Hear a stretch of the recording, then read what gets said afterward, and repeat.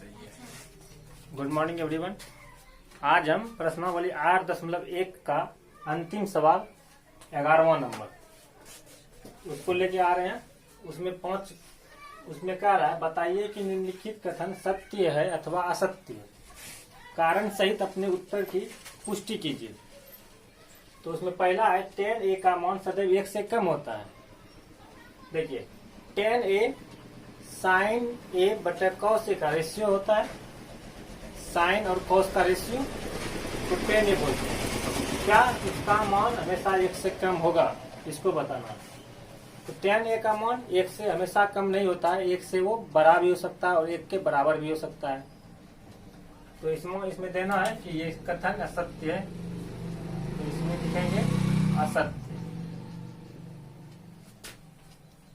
यहाँ पे बोल रहा था कि tan a का मान सदैव 1 से कम होता है, तो यहाँ लिखेंगे असत्य। तो कारण में क्या देंगे, tan a का मान 1 से बड़ा तथा बराबर भी होता है। tan a का मान 1 भी हो सकता है। tan a का मान जो है √3 होता है, जिसका √3 का वैल्यू हम जानते हैं 1.732 होता है। इसका मान √3 भी होता है 1.732, ये भी हो सकता है। इसका मतलब ये कथन असत्य है और कारण यही देना है कि tan a का मान 1 से बड़ा तथा बराबर भी होता है, कारण यही है।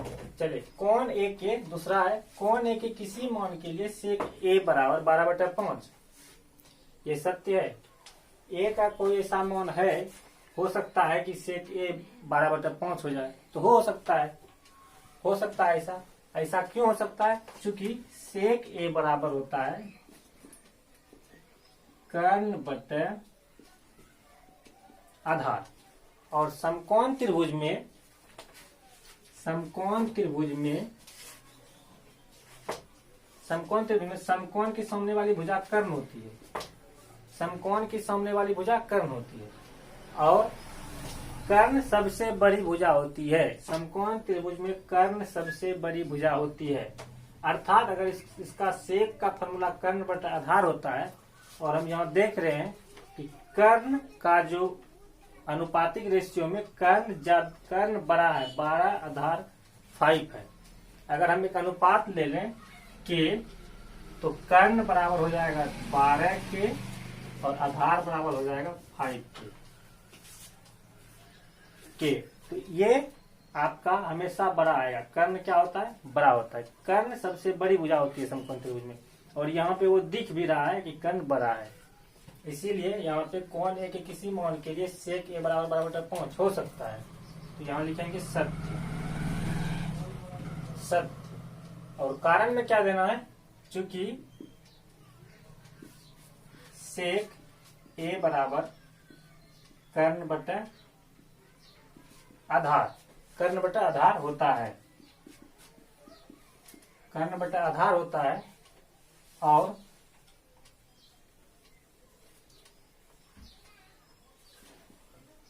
और यहाँ दिए मान से या दिए गए मान से स्पष्ट है कि कर्ण बड़ा है किससे, आधार से। कर्ण बड़ा आधार, कर्ण जो है बड़ा है आधार से, जो कि संभव है, जो संभव भी है। इसीलिए sec a बराबर 12/5 भी संभव है।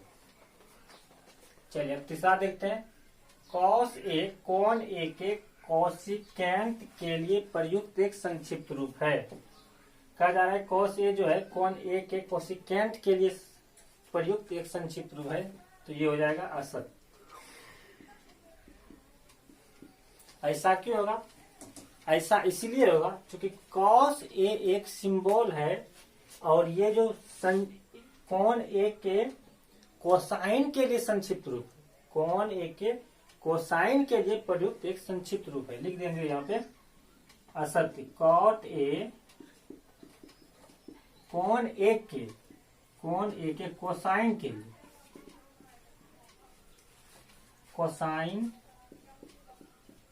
के लिए प्रयुक्त एक संक्षिप्त रूप है। यहाँ पे कॉस ए होगा सत्य। कॉस ए कोण ए के कोसाइन के लिए प्रयुक्त एक संक्षिप्त रूप है, ये हो जाएगा। न कि कोसिकेंट के लिए। कोसिकेंट बेसिकली कुछ है नहीं, वो कोसाइन कोसाइन से आया हुआ है। तो क्या हो जाएगा, कोसाइन का एक संक्षिप्त रूप लेते हैं कॉस ए। चलिए अब कॉट ए वाला देखते हैं। यहाँ पे कॉट और ए का गुणनफल होता है, तो ये असत्य है। ये आपका कथन असत्य है। कॉट एक संकेत है, कॉट ए एक संकेत है, एक रेशियो है। ये कॉट और ए का गुणनफल नहीं होता है। कॉट ए जो है आपका क्या है, लिखेंगे कॉट ए एक संकेत है। कॉट ए एक संकेत है अर्थात सिंबल है, और ये कॉट और ए का गुणनफल नहीं है। गुणनफल नहीं है, कॉट और ए का गुणनफल नहीं है, बल्कि ये एक रेशियो है। बल्कि कॉट ए एक रेशियो कहने का मतलब अनुपात है, एक अनुपात है। चलिए 4 हो गया। एक 5वां है, किसी भी कोण थीटा के लिए साइन थीटा बराबर 4/3। इसको ऊपर लिखते हैं, दिख नहीं रहा है। 5 नंबर है, किसी भी कोण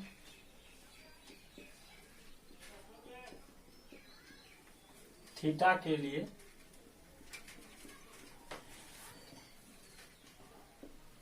साइन थीटा बराबर 4/3। तो यहाँ पे देखिए, पहले यहाँ पे चेक कर लेते हैं कि साइन थीटा बराबर मेरा होता क्या है। साइन थीटा बराबर जो फॉर्मूला होता है लंब बटा कर्ण। लंब बटा कर्ण अभी हम जस्ट आपको बताए थे कि समकोण त्रिभुज में कर्ण हमेशा बड़ा होना चाहिए। कर्ण बड़ा होना चाहिए नहीं बल्कि कर्ण बड़ा होता है, कर्ण हमेशा बड़ा होता है। समकोण त्रिभुज में समकोण त्रिभुज की सबसे बड़ी भुजा कर्ण होती है, जो कि समकोण के सामने वाली भुजा होती है। और यहाँ पे जो हम देख रहे हैं साइन थीटा बराबर 4/3 बराबर लंब बटा कर्ण, यहाँ पे हमको कर्ण का जो मान दिख रहा है लंब से छोटा दिख रहा है। हालांकि ये लंब बराबर 4 नहीं है, कर्ण बराबर 3 नहीं है, क्योंकि ये एक रेशियो में है। अगर हम एक अनुपातिक राशि मानते हैं के, तब जाकर लंब बराबर हो जाएगा आपका 4 के, कर्ण बराबर हो जाएगा 3 के। और के यहाँ पे आपका जो है एक कह सकते हैं कि कर्ण जो है आपका के जो है अनुपात का जो अनुपातिक राशि है, ये आपका कोई इंटीजर हो सकता है। ये आपका कोई इंटीजर एक पूर्णांक होता है। के एक पूर्णांक है, के एक पूर्णांक है, वो भी धनात्मक पूर्णांक। ये धनात्मक पूर्णांक है आपका के। तो के अगर एक धनात्मक पूर्णांक है तो स्पष्ट रूप से दिख रहा है कि कर्ण लंब से छोटा है। दिए गए अनुसार कर्ण जो है लंब से छोटा है, जो कि संभव नहीं है। अतः साइन थीटा बराबर 4/3 भी संभव नहीं है। थीटा के किसी मान के लिए 4/3 संभव नहीं है। तो यहाँ पे लिख देंगे ये असत्य है, ये असत्य है। आपको अभी दिखाए कि अगर हम कोई एक अनुपातिक राशि के मान लेते हैं तो लंब हो जाएगा 4 के, कर्ण हो जाएगा 3 के। वो दिए गए के अनुसार ये हो जाएगा। और के जो है एक पूर्णांक होता है, तो वो भी कैसा पूर्णांक, धनात्मक पूर्णांक। और के अगर धनात्मक पूर्णांक है तो आप समझिए कि 3 का अगर किसी धनात्मक पूर्णांक से गुना होता है और 4 का किसी धनात्मक पूर्णांक से गुना होता है, तो 4 का जिससे गुना होगा वो बड़ा हो जाएगा, 3 का जिससे गुना होगा वो छोटा हो जाएगा। अगर 4 का गुना वाला बड़ा हो जाएगा तो इसका मतलब है कि यहाँ पे लंब जो है बड़ा हो जाएगा कर्ण से। यहाँ पर दिए गए के अनुसार लंब बड़ा हो रहा है कर्ण से, जो कि संभव नहीं है, क्योंकि समकोण त्रिभुज में हमेशा कर्ण बड़ा होता है। कर्ण सबसे बड़ी भुजा होती है समकोण त्रिभुज की, इसीलिए ये संभव ही नहीं है। अर्थात कहने का मतलब है कि ये असत्य है। तो कारण में हमको ये देना है, कारण में हमको यहाँ पे ये देना है कि यदि हम एक अनुपातिक राशि मान ले, अनुपातिक के मान ले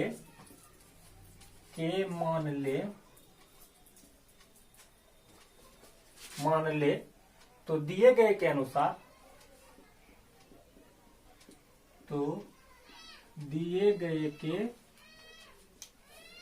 अनुसार,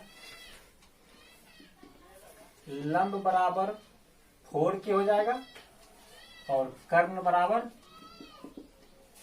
3 के। जहां के एक धनात्मक पूर्णांक, जहां के एक धनात्मक पूर्णांक है। चलिए, के एक धनात्मक पूर्णांक है तो स्पष्ट है कि लंब बड़ा हो जाएगा कर्ण से, लंब बड़ा हो जाएगा कर्ण से, जो संभव नहीं है, जो कि संभव नहीं है। अतः दिया गया कथन असत्य है। अतः दिया गया कथन असत्य है।